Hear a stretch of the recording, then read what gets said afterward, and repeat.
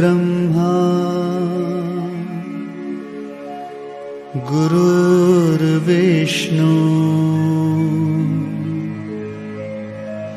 गुरुर्देवो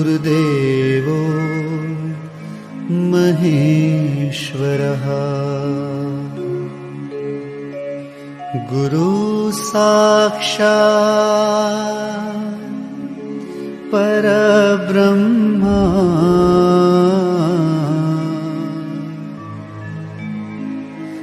तस्मै श्री गुरुवे नमः। હરિઓમ. ગુડ મોર્નિંગ વિદ્યાર્થીઓ. ગયા વિડીયો લેક્ચરની અંદર આપણે આ ઘર્ષણના ચેપ્ટરની શરૂઆત કરી, બરાબર, જેમાં પ્રસ્તાવના પણ ભણી ગયા તથા એ ઘર્ષણ પર આધાર રાખતા પરિબળો કે કયા કયા પરિબળો એવા છે કે જેના લીધે ઘર્ષણ કેટલું લાગશે તે નક્કી કરવામાં આવે. તો એ પરિબળોની અંદર આપણે જોયું કે સપાટી મુખ્યત્વે પરિબળ છે. કેમ? તો કે સપાટી જેવી હશે એ પ્રમાણે એના ઉપર ઘર્ષણ બળ કેટલું લાગશે તે આભારી છે. એટલે કે જો લીસી સપાટી હોય તો એના પર ઘર્ષણ બળ ઓછું લાગે, જ્યારે ખરબચડી સપાટી હોય તો એના પર ઘર્ષણ બળ વધારે લાગે. હવે આજે આપણે એક નવો ટોપિક ચાલુ કરીએ છીએ, ઘર્ષણ એક જરૂરી દૂષણ. એટલે કે ઘર્ષણ માત્ર ઉપયોગી જ છે એવું જરૂરી નથી.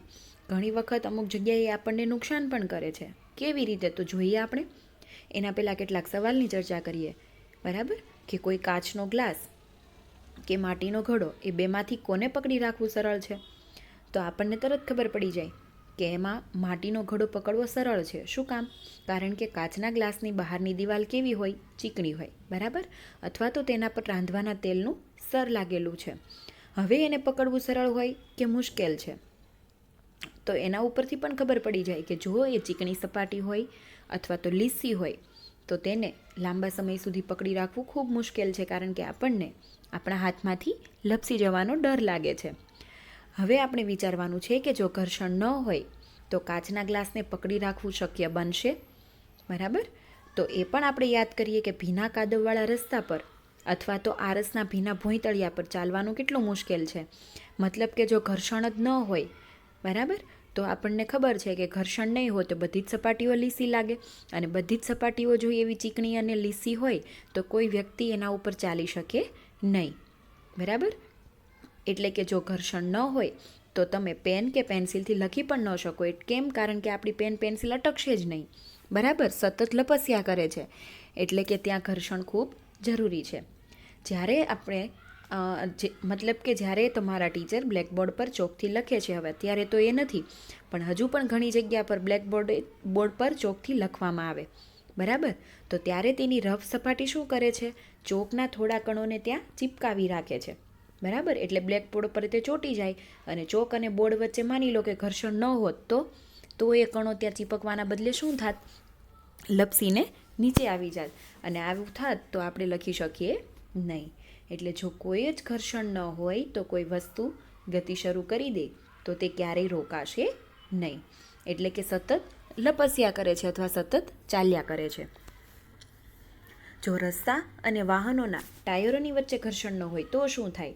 તો આપણને ખબર છે કે રોડ ઉપર વાહનો ચાલી શકે છે, ટ્રક ચાલે છે. તો આ બધાનું કારણ છે કે એ ટ્રકના જે ટાયર છે, બરાબર, એ ટાયર અને રસ્તા વચ્ચે શું લાગે છે? ઘર્ષણ લાગે છે.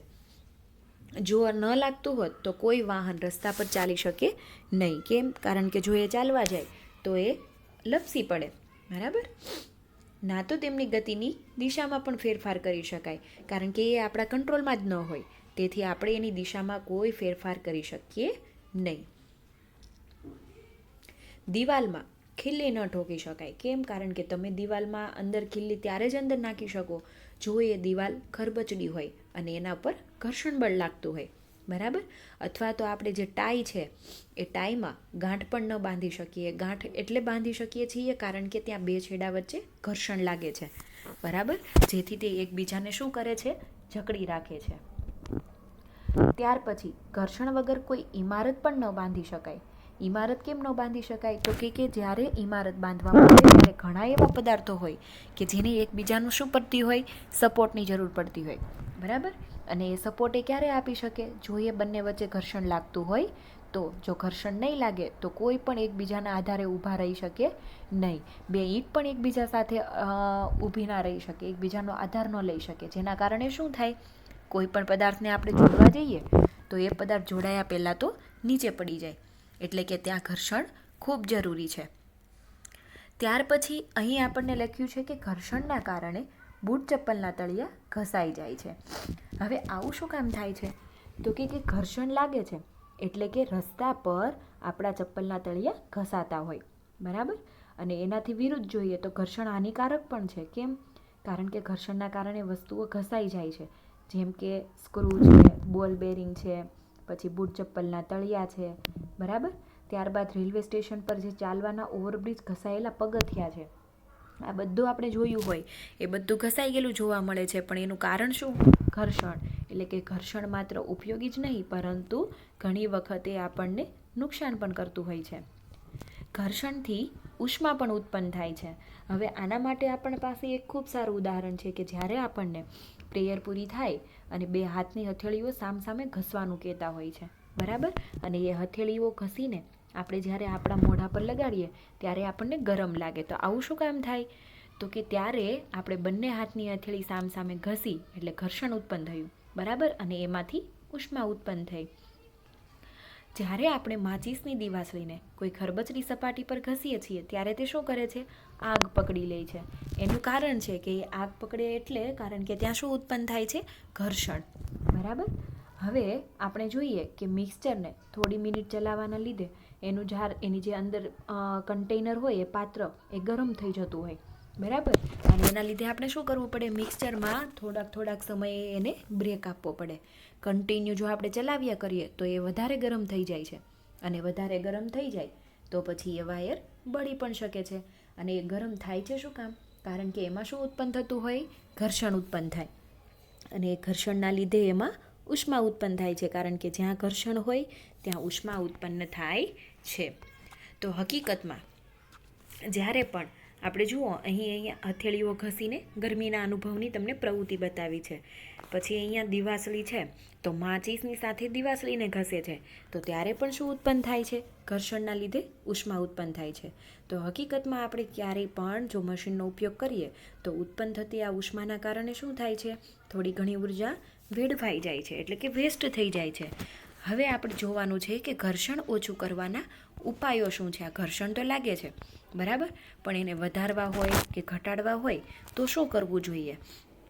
તો એના માટેની ચર્ચા આપણે આના પછીના વિડીયો લેક્ચરની અંદર વધારે ડિટેલમાં કરી શકીશું. એનું કારણ છે કે આ ટૉપિક ખૂબ લાંબો છે.